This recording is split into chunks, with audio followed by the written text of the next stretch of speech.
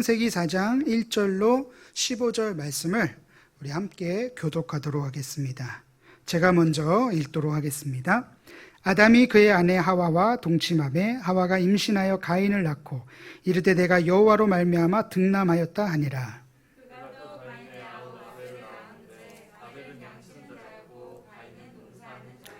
세월이 지난 후에 가인은 땅의 소산으로 제물을 삼아 여호와께 드렸고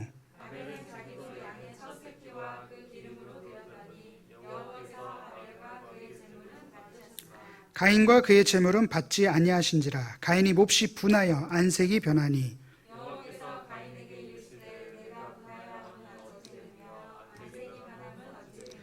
내가 선을 행하면 어찌 낯을 들지 못하겠느냐. 선을 행하지 아니하면 죄가 문에 엎드려 있느니라. 죄가 너를 원하나 너는 죄를 다스릴지니라.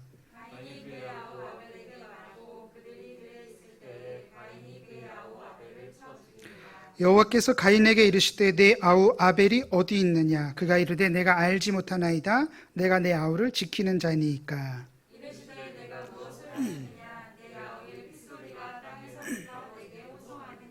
땅이 그 입을 벌려 내 손에서부터 내 아우의 피를 받았은즉 내가 땅에서 저주를 받으리니.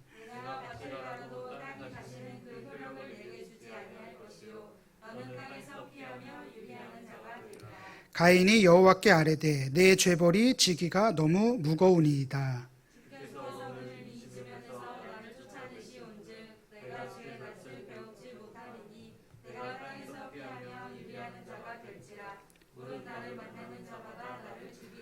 다 같이 읽겠습니다. 여호와께서 그에게 이르시되 그렇지 아니하다. 가인을 죽이는 자는 벌을 7배나 받으리라 하시고 가인에게 표를 주사 그를 만나는 모든 사람에게서 죽임을 면하게 하시니라. 아멘.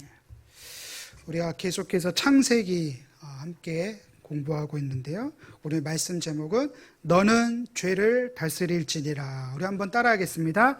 너는 죄를 다스릴지니라. 요즘에 트로트가 대세입니다. 이 트로트 열풍이 안방까지 다 점령한 거예요. TV만 틀면은 트로트 가수들이 나와서 우리에게 즐거움을 선사하고 있는데, 이 트로트 열풍도 결국은 오디션 프로그램이라는 큰 줄기에서 시작됐죠. 이 국민 오디션이라는 타이틀 아래 얼마나 많은 사람들이 관심을 갖고 온갖 화제를 불러일으키지 않았습니까? 처음에는 단순히 노래 잘하는 사람을 뽑는 것으로 시작했더니 이제는 힙합 래퍼를 뽑는 오디션, 또 이제 남성 중창단과 같은 클래식, 요즘엔 또 더블 캐스팅 해가지고 뮤지컬 배우까지 뽑는 그런 장르가 점차 세분화되었다가 이제 트로트라는 장르에서 우리 젊은 세대와 우리 어른 세대가 함께 온갖 이 세대를 뛰어넘는 그런 국민적인 열풍이 확 터진 것이죠. 사실 누군가를 이렇게 선택하는 것은 원래 이 민주주의의 꽃이라 할 수 있는 선거가 그 원조 아니겠습니까? 내가 지지하는 사람에게 표를 줘서 그 사람을 통해서 정책이나 입법에 국민의 뜻을 반영하는 것이죠. 그런데 우리가 선거 때 내가 그 사람에게 표를 줄지 안 줄지 그 판단의 기준이 무엇입니까? 정책입니까? 공약입니까? 오디션 프로그램에서 사람들이, 시청자들이 선택할 때 이 전문가들의 기준과 사뭇 다를 때가 있습니다. 이 전문가들은 굉장히 실력을 보고 재능을, 유머를 따질 때, 일반 대중들은 그냥 그 사람 자체의 매력을 보고 선택하는 경향이 있습니다. 물론 전부 다 그렇다는 것은 아니지만 결국 그 사람의 독특한 됨됨이가 대중들에게 더 크게 인식되는 경향이 있습니다. 누군가 나를 선택해 준다는 것은 아주 기분 좋은 일이죠. 또 그만큼 나를 인정해주고 나를 필요로 한다는 뜻 아니겠습니까? 근데 그 반면에 선택받지 못할 경우에는 굉장히 상실감이 큽니다. 특별히 다른 사람들의 인정에 목마른 사람일수록 선택받지 못한 경험이 상처가 되기도 하고 자기 비하가 되고 내지는 자존감이 낮아질 수도 있는데요. 저도 대학 시절 때 어떤 찬양팀 오디션을 봤는데 저랑 제 친구랑 같이 봤는데 제 친구는 노래를 굉장히 잘했는데 떨어졌어요. 신학교니까 교회에서 어느 정도 찬양으로 다 실력을 인정받고 아마 제 생각에는 한 번도 떨어진 경험이 없었던 것 같아요. 그러니까 기숙사에서 막 세상 다 자기를 배신한 것처럼 그런데 제가 위로를 못 하겠어요. 왜? 저만 붙었거든요. 그래서 이렇게 기숙사 방에 있었을 때 어떤 선배가 찾아와가지고 네가 떨어졌기 때문에 다른 사람이 붙을 수 있었어. 네가 떨어진 것도 하나님의 일하심이야. 딱 그러니까는 그 한마디에 그 친구가 아주 훌 털어버리고 회복한 것을 제가 본 기억이 납니다. 그래나 저래나 누군가의 선택에서 제외된다는 것은 그다지 유쾌한 일이 되지 못합니다. 오늘 성경에도 한 형제가 등장하죠. 아담과 하와에게서 난 두 아들 가인과 아벨입니다. 이 성경은 두 형제가 하나님께 제사를 드렸는데 하나님께서는 아벨의 제사는 받으시고 가인의 제사는 받지 않으셨다라고 말합니다. 아벨은 받아줬는데 가인은 받지 않고, 그래서 가인은 그것을 못 견뎌하죠. 아주 분해서 급기야는 동생마저도 죽이고 맙니다. 그러니까 누군가를 죽일 정도로 그게 과연 가인에게는 큰 일이었는지 우리에게는 쉽게 상상이 되지 않습니다. 아무튼 이런 이야기를 단지 도덕적 차원에서 말하는 것은 성경을 너무 한쪽으로만 읽는 것이다라고 한 성서 신학자는 말합니다. 여러분, 우리가 창세기라는 것이요, 특별히 1장서부터 12장까지는 원역사라고 해서 이 모든 것의 근원, 모든 것의 시작이 어떻게 됐는가를 우리에게 들려주고 있는데, 오늘 이 가인과 아벨의 이야기를 통해서 우리는 무엇을 깨달아야 되느냐, 또 하나님께서 이 이야기를 통해서 오늘을 살아가고 있는 저와 여러분들에게 들려주시고자 하는 이야기는 무엇입니까? 세 가지 정도 우리가 함께 살펴보고자 하는데요. 첫 번째로 하나님의 관심은요, 사람에게 있다는 것이에요. 한번 저를 따라해 주시겠습니까? 하나님의 관심은 사람에게 있다. 가인과 아벨은요, 각각 땅의 소산으로, 또 아벨은 양의 첫 새끼와 그 기름으로 하나님께 제물을 바칩니다. 그리고 하나님은 아벨의 제물만 받으십니다. 성경은 왜 하나님께서 아벨의 제사만 받으셨는지는 구체적으로 설명하지 않습니다. 여러분, 이 물음이요, 교회 역사와 함께 굉장히 오래된 질문이었습니다. 여러분, 궁금하지 않습니까? 왜 하나님께서는 가인의 제물은 받지 아니하시고 아벨의 제사만 받으셨을까? 옛날에 어떤 신학자는요, 하나님이 농산물보다는 축산물을 더 좋아하셔서, 지금 웃기잖아요. 이게 근데 100년 전만 하더라도 굉장히 유명한 신학자가 그런 얘기를 했어요. 우리 하나님은 농산물보다는 축산물을 더, 땅의 소산보다는 양의 첫 새끼와 기름이 더 정성이 담겨서 그렇다, 이렇게 말하기까지 합니다. 그러나 하나님은요, 어떤 제물에 의해서 예배를 받으시고 거절하시는 분이 아닙니다. 이사야 1장 11절에 보면은 하나님께서 무수히 많은 제물을 대놓고 거절하는 장면이 나와요. 그러면서 하시는 말씀이, 나는 수량의 번제와 살찐 짐승의 기름에 배불렀고 그런 것을 기뻐하지 않는다. 예배와 더불어 악을 행하는 너희의 제물을 나는 가증스럽게 여긴다. 그러니까 온갖 번제, 온갖 귀한 걸로, 온갖 살찐 짐승의 기름으로 하나님에 바쳐도 하나님께서는 그것을 가증히 여기셨고 그것을 싫어하신다. 여러분, 거기서 말하는, 말씀하신 하나님의 요지가 무엇입니까? 하나님은 제물과 사람이 분리가 되지 않아요. 그러니까는 하나님이 받으실 만한 예물은요, 하나님께서 받으실 만한 예배는요, 제물과 사람이 동일한 예배자를 받으십니다. 제물을 정성스럽게 준비했는데 사람이 준비가 되지 않으면 하나님께서 그것을 가증히 여기신다는 거예요. 더 정확히 말하자면은, 성애와 더불어 악을 행하는 너희를 내가 도무지 견딜 수가 없다. 제물은 정성을 다했는데 그 사람의 삶이 막 악한 삶으로 진정성이 없다면 하나님께서 과연 그 예배를 받으실 만하느냐. 우리 로마서 12장 1절 말씀을 화면을 보시면서 다 같이 큰 목소리로 한번 읽어보실까요? 시작. 그러므로 형제들아 내가 하나님의 모든 자비하심으로 너희를 권하노니 너희 몸을 하나님이 기뻐하시는 거룩한 산 제물로 드리라. 이는 너희가 드릴 영적 예배니라. 그러니까 하나님이 받으실 만한 영적 예배는 우리의 몸, 즉 저와 여러분들의 삶과 인생 전체가 하나님이 기뻐하시는 거룩한 산 제물이 되어야 한다는 것이에요. 아멘. 사랑하는 성도 여러분, 저와 여러분들이 정말 하나님이 기뻐하실 만한 거룩한 산 제물이 되는 인생이 되기를 주님의 이름으로 축복합니다. 우리 옆에 분들하고 한번 인사할까요? 당신은 하나님께서 기뻐하시는 거룩한 산 제물입니다. 시작.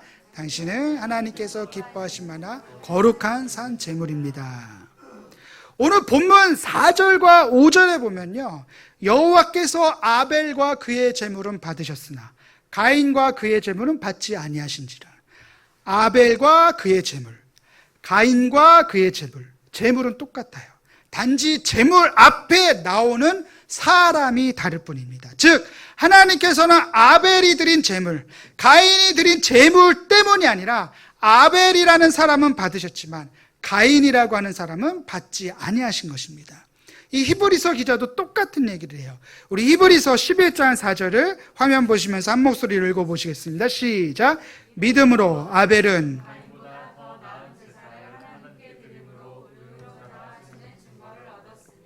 하나님이 그 예물에 대하여 증언하심이라. 그가 죽었으나 그 믿음으로써 지금도 말하니. 그러니까 히브리서 기자가 말하는 더 나은 제사는 뭐예요? 하나님이 받으실 만한 결정적인 이유는 뭐예요? 아벨이 가인보다 믿음의 사람이었다는 것이에요.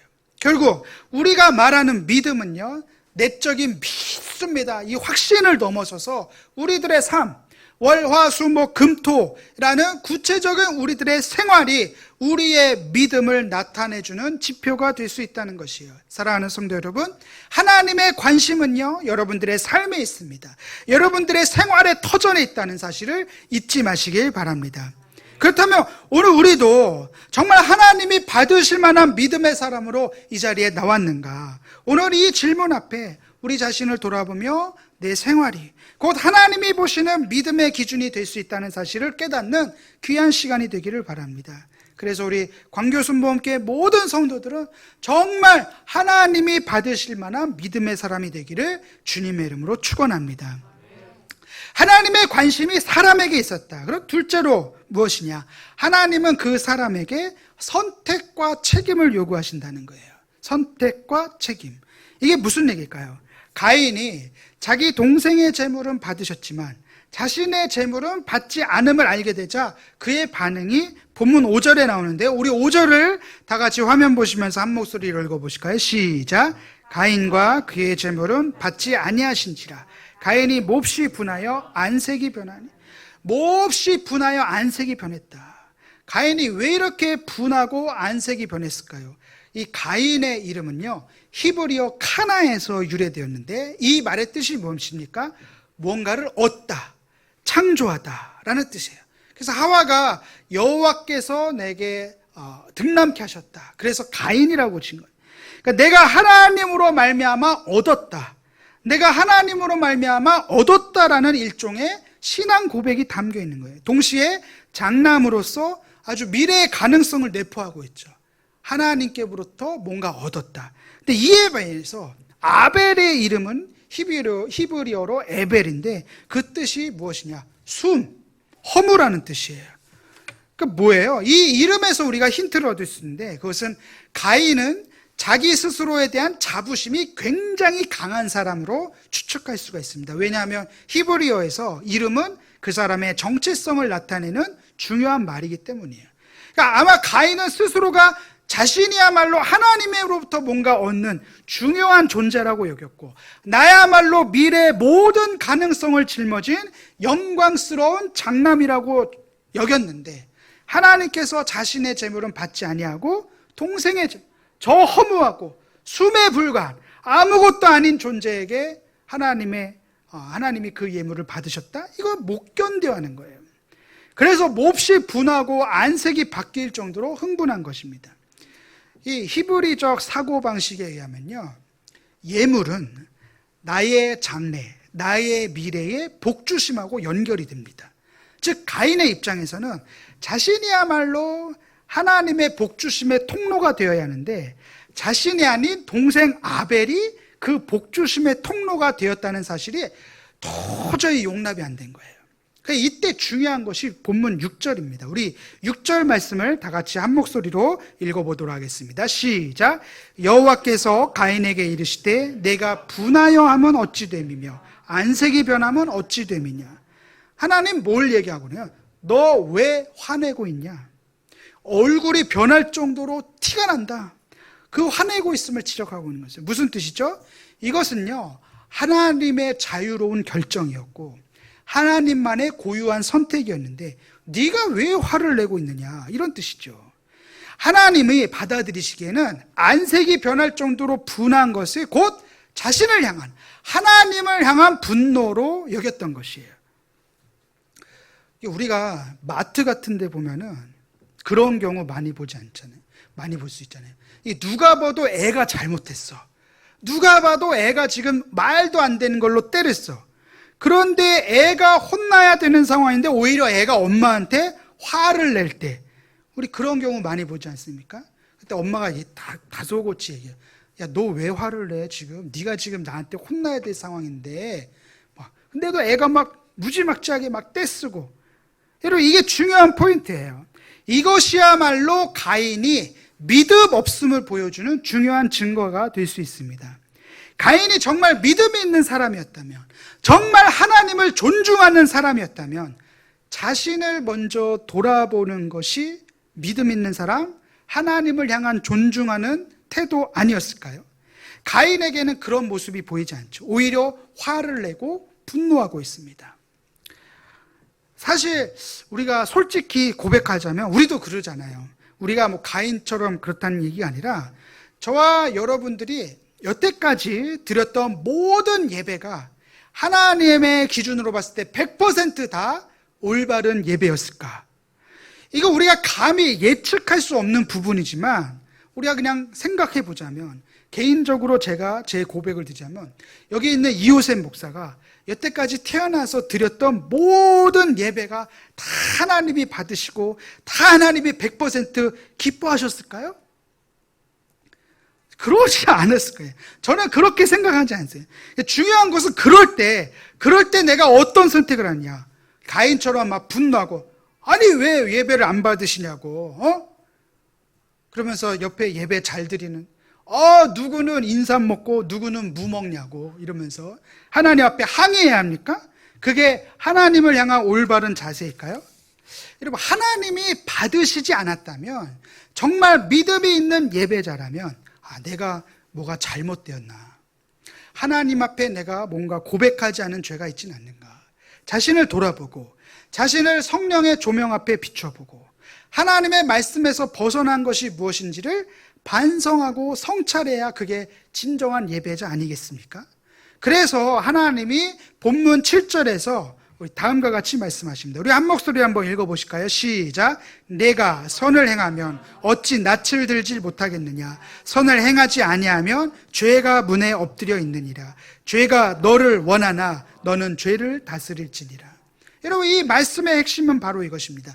네가 선을 행하면 죄를 다스릴 것이지만, 이 가인에게 있어서 선이란 무엇일까요? 앞서 말씀대로 하나님이 받지 않으셨어. 그러면은 내가 뭔가 잘못한 것이 없는가, 자신을 돌아보고 충분히 반성하고 다시 하나님이 받으실 만한 제사를 드리는 것, 그것이 바로 선이죠. 그 선을 행할 때 가인은 죄를 다스릴 수 있을 것이다 라는 말이죠. 만약 그 선을 선택하지 않으면 어떻게 될까요? 죄가 오히려 가인을 다스리게 된다. 여러분, 이거 굉장히 중요한 말씀입니다. 이 7절 말씀에서는 죄가 의인화되고 있죠. 이 성서 신학자들에 따르면 이 본문에서 죄는 마치 가인을 집어삼키려는 자세로 엎드려 있는 모습으로, 베드로전서에도 그런 얘기가 나오죠. 우는 사자같이 삼킬 자를 참고 있다. 이 똑같은 맥락이에요. 가인이 선을 행하면 그 엎드리고 웅크린 죄를 다스릴 수 있지만, 선을 행하지 않으면 죄가 가인을 집어삼킨다는 것이에요. 그럼 이 말씀이 우리에게 가르치는 바가 무엇입니까? 하나님이 왜 다른 사람의 예배는 받으시고 나의 예배는 받지 않으신가? 하나님이 받고 안 받고 이게 중요한 것이 아니라 가인이 선을 택했느냐, 가인이 선을 택하지 아니하였느냐. 이 이야기는요, 가인의 이야기입니다. 우리의 삶에서도 이런 영적 싸움이 매일 벌어지고 있습니다. 중요한 것은 하나님이 우리에게 무엇을 요구하고 계시냐, 우리의 선택과 그에 따른 책임을 우리에게 요구하고 계신다는 것이죠. 바라기는요, 우리 광교순복음교회 모든 성도들은 매일매일 살아가는 삶의 모든 순간마다 하나님이 원하시는 선을 선택하시기를 주님의 이름으로 축복합니다. 특별히 우리가 코로나 시대에 하나님이 우리에게 더 특별한 선택과 책임을 요구하고 계시죠. 우리들의 가정에서부터 말씀과 기도로 선을 선택하고, 하나님의 관심이 사람이고 그 사람에게 선택과 책임을 요구하시는 하나님이시라면 우리들이 지나고 있는 이 코로나 시기가 다르게 보일 것입니다.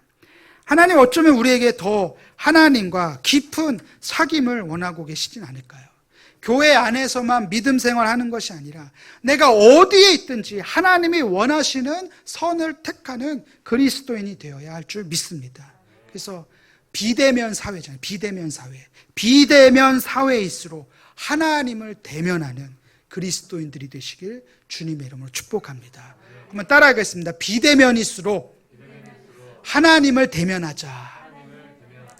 그동안 인간관계에 여러 가지 만남과 약속에 치였던 내가 아니라 정말 홀로 하나님 앞에 설 수 있는, 그러한 하나님을 대면할 수 있는 그러한 선택과 책임이 우리들에게 있다는 것이죠. 안타깝게도 가인은 죄를 다스리지 못하고 아벨을 향한 폭력을 휘두르고 맙니다. 웅크리고 있던 죄가 가인을 집어삼킨 것이죠. 하나님의 경고가 바로 앞에 있었음에도 불구하고 가인은 철저히 계획된 살인을 저지르고 맙니다. 아벨에게 들러 나가자. 처음부터 계획하고 있던 것이에요. 분노가 이렇게 사람을 망가뜨릴 수가 있습니다. 가인이라는 그 이름에서 알 수 있듯이 철저히 자기 중심적인 그 사람, 거기서부터 분노가 촉발된 것이죠. 분노에 휩싸이게 되니까 하나님의 경고, 내가 낯을 들지 못함이 어찌미냐, 죄가 너를 원하나 너는 죄를 다스릴지니, 이 말씀이 이 분노라고 하는 벽에 다 막혀버린 것이죠. 그런 의미에서 볼 때 성경 말씀이 왜 분노를 지적하고 있는지 우리 다 같이 에베소서 4장 26절과 27절 말씀을 우리 화면 보시면서 한 목소리로 읽어보실까요? 시작. 분을 내어도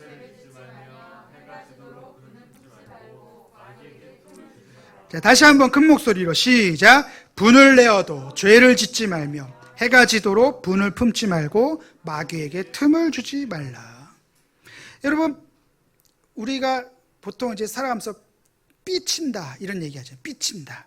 삐지고 짜증내고 분을 품는 것이 영적 생활에 전혀 도움이 되지 않을 뿐더러 오히려 마귀에게 틈을 주는 결과를 자아낸다는 것이죠.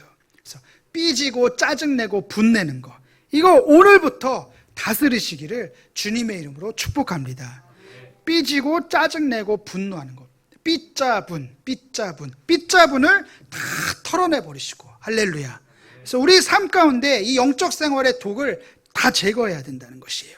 그래서 마지막 세 번째가 무엇이냐, 그럼에도 불구하고 하나님은 가인에게 은혜의 약속을 주신다. 은혜의 약속을 주신다. 가인의 폭력이 아벨의 피를 쏟았기 때문에 가인은 땅의 저주를 받게 됩니다. 땅에서 피하며 유리하는 자가 되어서 그야말로 죄의 대가를 톡톡히 치르게 된 시점에서야 비로소 자신의 잘못을 깨닫게 되죠. 그래서 본문 13절에 가인이 하나님께 호소합니다. 내 죄짐을 지기가 너무 무거우니이다. 죄의 대가가 얼마나 크고 심각한 것인지를 깨닫고 나서야 하나님께 호소하고 있는 것이죠. 이게 창세기가 전하는 인간의 어리석은 모습이죠. 그런데 그럼에도 불구하고 하나님은 그런 가인에게 은혜의 약속을 주세요. 우리 본문 15절 말씀을 다 같이 한 목소리로 읽어보실까요? 시작. 여호와께서 그에게 이르시되 그렇지 아니하다. 가인을 죽이는 자는 벌을 7배나 받으리라 하시고 가인에게 표를 주사 그를 만나는 모든 사람에게서 죽임을 면하게 하시니라. 여기서 말하는 가인의 표가 무엇인지는 정확히 아무도 모릅니다. 성경은 어디에 표를 받았는가 알려주지 않지만 다만 확실한 것은 그 표가 하나님이 지켜주신다는 표였다는 것이에요. 그러니까 하나님은 죄인의 호소와 간구에 은혜로운 약속을 주시죠.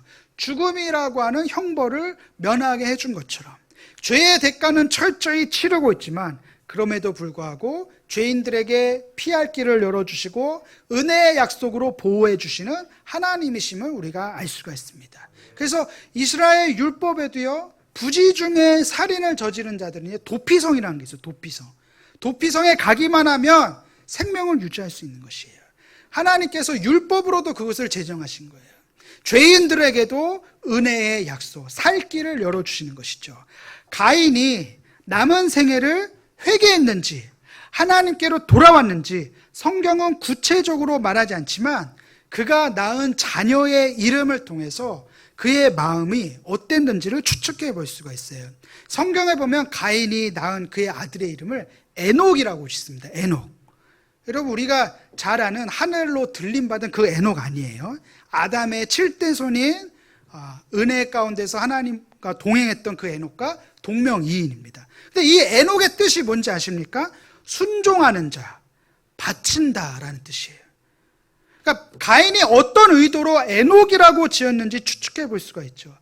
자신은 하나님의 말씀에 불순종했지만 그 아들만큼은 하나님께 순종하는 새 출발이기를 바라는 마음이었던 것이죠. 분명 폭력을 휘두른 것은 죄가 맞습니다. 그러나 그 죄인에게도 하나님은 은혜의 약속을 주십니다. 가인에게 표를 주어서 죽임을 면하게 하신 것이죠. 그 은혜의 약속 이후에 가인이 자기 아들 이름을 에녹이라고 지은 것이죠. 하나님께 순종하는 자, 새 출발하는 자. 무슨 얘기예요? 하나님은요, 죄인들에게 끊임없이 새로운 기회를 주시고 새로운 출발을 할 수 있도록 자비를 베풀어 주시고 은혜의 약속을 주시는 분이십니다. 할렐루야. 저와 여러분들에게도 이 가인의 표가 있죠. 무엇입니까? 하나님이 우리에게 주신 은혜의 표. 내가 실수하고 내가 넘어지고 내가 연약해질 때마다 예수 그리스도라고 하는 은혜의 표를 주셨습니다. 할렐루야. 그래서 예수님의 그 십자가 공로를 의지할 때마다 나의 모든 죄가 사함받고 흰 눈보다도 더 깨끗하게 되는 이 예수님이라고 하는 은혜의 표를 날마다 붙잡으시기를 주님의 이름으로 축복합니다. 사랑하는 성도 여러분, 오늘 우리가 이 말씀 앞에서 무엇을 깨닫게 됩니까? 하나님의 관심이 우리들이 살아가는 삶, 저와 여러분들이 어떤 인생을 살아가는지 있어요. 그리고 그 인생의 선택과 책임을 하나님은 가르쳐주고 계십니다. 죄를 다스릴 수 있도록 날마다 선을 선택하고 또 때로는 실수하고 때로는 넘어지고 때로는 실패하더라도 낙심하지 마시고 빨리 하나님께로 돌아오십시오. 그리고 은혜의 표를 붙잡으십시오. 우리 각자의 형편과 상황 가운데서도 하나님께서 저와 여러분들에게 새로운 출발, 새로운 기회, 새로운 은혜를 주실 줄 믿습니다. 우리 아까 처음에 찬양 드렸던 주는 완전합니다, 이 찬양을 들으시면서 정말 나의 연약함과 나의 넘어짐에도 불구하고 한없이 우리에게 은혜를 베풀어 주시는 그 주님 앞에 나아가시기를 주님의 이름으로 축복합니다. 함께 찬양합니다. 주여 우린 연약합니다. 주여 우린 연약합니다. 우린 오늘을 힘겨워합니다. 우린 오늘을 힘겨워합니다. 주 뜻 이루며 살기에 주 뜻 이루며 살기 부족합니다. 부족한 우린 연약합니다. 우린 연약한 우리 기도하는 마음으로 고백합니다. 주여 우린 넘어집니다. 주여 우린 넘어집니다. 오늘 하루 또 실수합니다. 오늘 하루 또 실수. 주의 긍휼을 구합니다. 주의 긍휼을 구하는 죄인입니다. 주만 바라봅니다. 주만 바라봅니다. 한없는 주님의 은혜, 한없는 주님의 은혜. 세상 위에 넘칩니다. 가릴 수 없는 주 영광 온 땅 위에 충만합니다. 주님만이 길이오니 우린 그 길 따라갑니다. 그날에 우리를 이루신 주는 완전한 이 여호와께 돌아가자. 여호와께 돌아가자. 우린 돌아서도 그는 변치 않네. 여호와께 돌아가자. 우린 넘어져도 그 사랑 영원하네. 우리 시간 함께 주여 삼창하시고 간절한 마음으로 기도할 때 하나님, 내가 죄를 다스릴 수 있는 선을 선택하게 해달고, 또 우리에게 주신 그 은혜의 표 예수 그리스도를 굳건히 붙잡고 살아갈 수 있도록 성령으로 우리를 충만케 해달라고 다같이 주여 삼창하시고 기도하겠습니다. 주여 주여 주여. 할렐루야. 아버지 하나님 감사합니다. 오늘 말씀을 통해서 큰 깨달음을 주시니 감사합니다. 우리가 아버지 하나님 은혜의 표 바로 예수 그리스도를 날마다 붙잡고 살아가는 주의 거룩한 백성들 되게 도와주시옵소서. 죄가 항상 우리를 집어삼키려고 할 때 내가 하나님이 원하시는 선택, 하나님이 원하시는 선을 선택함으로 말미암아 날마다 그 죄를 다스리면서 살아갈 수 있는 믿음의 사람들 될 수 있도록 인도하여 주시옵소서. 아버지 하나님, 우리 부족합니다. 연약합니다. 매일 날마다 실수하고 우둔하고 무지몽매합니다. 그러나 우리의 한없이 영광 받으실 만한 주님 계시기에 그 주님의 끝없는 약속, 끝없는 은혜 날마다 새롭게 하시고 새로운 출발을 주시고 새로운 기회를 주시는 그 예수님 앞에 나왔사오니 이 시간 우리를 성령으로 충만케 하시고 날마다 우리에게 영원토록 변함없는 은혜의 표를 주시옵소서. 은혜의 표로 우리를 아버지 날마다 살아갈 수 있는 선한 삶으로 역사하시고 인도하여 주시옵소서. 성령이여 이 시간 충만하게 날마다 매일의 삶이 하나님이 받으실 만한 영적 제물이 되길 원합니다. 거룩한 산 제물이 되길 원합니다. 내 안에 더러운 죄악을 이 시간 성령의 불로 태워 주시옵시고 오직 예수님의 보혈의 피를 의지하오니 그 주님의 보혈의 피로 정결케 하시고 깨끗게 하시고 새롭게 하시고 새로운 출발, 새로운 기회를 더해 주시옵소서. 꿈과 비전을 나갈 수 있도록 도와주시옵소서. 그래서 우리의 삶이 아일의 아들처럼 에녹처럼 순종하며 살아가는 새롭게 출발하는 삶이 될 수 있도록 인도하여 주시옵소서. 우리를 향한 하나님 놀라운 계획을 우리가 믿습니다. 성령이여 이 시간 우리를 새롭게 하여 주시옵소서.